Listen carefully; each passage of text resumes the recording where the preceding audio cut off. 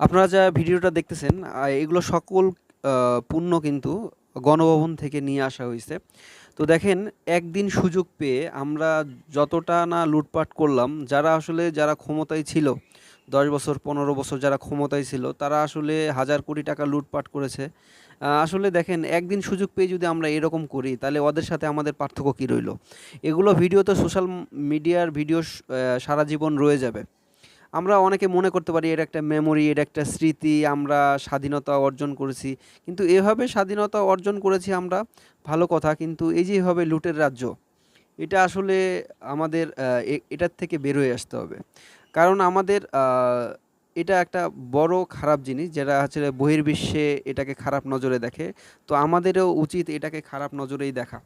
তো যাই হোক, এটা আমার মতামত। আপনারা কিভাবে ভাবতেছেন আপনারাই বলবেন। তবে এটা এই যে